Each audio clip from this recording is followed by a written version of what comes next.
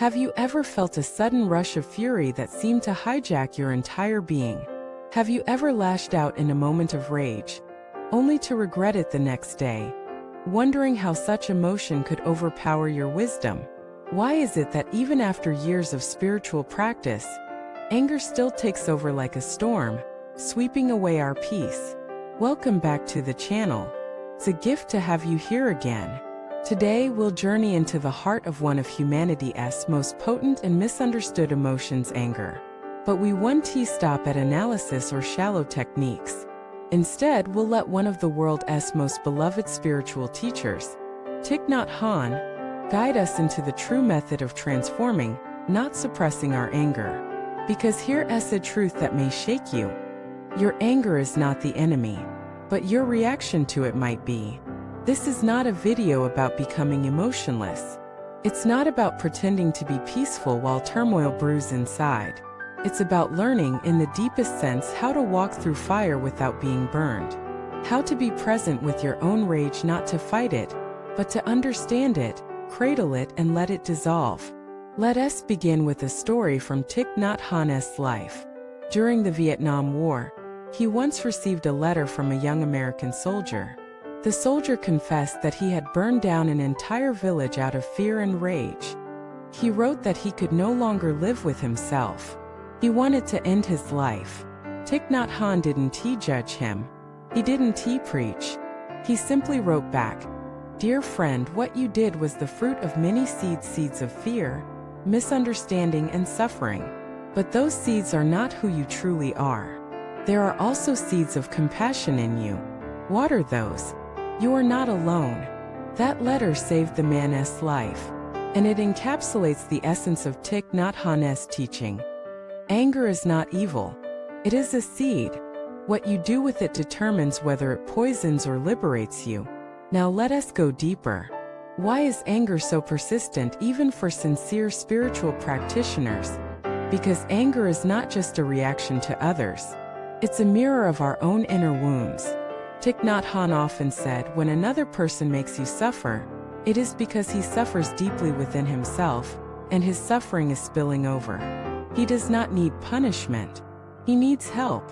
But what we forget is that this applies to us too. When we explode in rage, it's not because someone else has power over us, it's because we are carrying unhealed pain. That pain could be from childhood, from betrayal, from loneliness, from grief. And when it's not met with mindfulness, it becomes fire. We must understand this. Anger is not inherently destructive. It is energy. But if we are unconscious of it, it becomes like a wildfire burning through our life, our relationships, our sense of self. So what does Thich Nhat Hanh say we should do? The answer is simple in words but profound in practice. Don't suppress your anger. Don't express it violently. Instead, embrace it. He taught a method called mindful breathing and holding. It begins the moment you feel the anger rising. You do not deny it. You do not act it out. You pause. And you breathe. Deeply. Gently. With each breath, you say silently to yourself, breathing in, I know anger is in me. Breathing out, I hold my anger with tenderness. You become the parent of your own inner child, the one who is screaming for attention. You say to yourself, it's okay. I see you. I'm here. This is radical. Because the world teaches us to push anger away, to demonize it, or worse, to glorify it as power. But the Buddha, and Thich Nhat Hanh following in his footsteps, taught that true power lies in presence. To be present with your anger is to take away its ability to control you. It's like holding a crying baby. You don't yell at the baby. You don't ignore it. You pick it up and say, I'm here. And slowly the baby calms. So does the anger. Now let us look at a story from one of Thich Nhat Hanh's retreats. A woman named Clara had been carrying bitterness toward her sister for 20 years. They hadn't spoken. At the retreat, she approached Thich Nhat Hanh during a walking meditation and asked, how do I forgive someone who destroyed my family? He didn't answer immediately. He picked up a leaf, held it, then said, can you hold your own pain as gently as I'm holding this leaf? Can you touch your wound? Not your sister's fault. Clara began to cry. That day, she didn't forgive her sister, but she forgave herself. And that was the beginning. Anger toward others often hides deeper anger toward ourselves, anger for not being perfect, for not being strong enough, for being vulnerable, for not having the life we imagined. And so, Thich Nhat Hanh taught us to begin with the self, to forgive not just what we've done but what we feel, to sit with our woundedness without judgment. He said the energy of mindfulness is the salve that heals. When mindfulness touches anger, it transforms it. Let us be clear. This is not repression. You don't bury your anger. You breathe with it. You walk with it. You even smile with it. Because in that smile is the understanding that anger is only temporary. It is not who you are. You are the sky. Anger is just a cloud. Let it pass. Now you may ask, but what about justice? Shouldn't I stand up for myself? Shouldn't I protect others? Yes, but mindfulness is not passivity. It is clarity. When you act from anger, you create more suffering even if your cause is just. But when you act from compassion, grounded in mindfulness, your action becomes healing. Thich Nhat Hanh marched in protests. He spoke against war, but always with peace in his heart. He didn't fight the system. He offered it another way.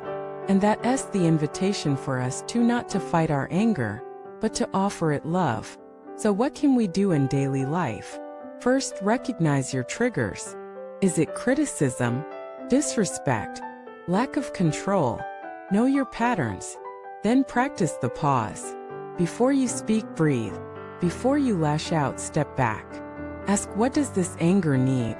Often the answer is to be heard, to be seen, to be loved. Then give it that. Thich Nhat Hanh said, peace is every step. Every step you take in mindfulness is a step away from the fire and into the garden. That garden is your true nature. It's not destroyed by emotion. It's revealed through tenderness. And that tenderness is the most powerful force in the universe. You don't need to be ashamed of your anger. You need to meet it, to bow to it, to say, thank you for showing me where I still hurt, and then gently let it go. Let it return to the earth. Let it become compost for your compassion, because in the end that's what anger wants. Not revenge, not drama, but healing. Thank you for watching this video. If this teaching moved something in you, please support our channel by subscribing, leaving a comment, and sharing this message. The world needs more people who can sit with their fire and not be burned. Until next time, may you walk with awareness, breathe with softness, and meet your anger like a friend who just wants to be heard.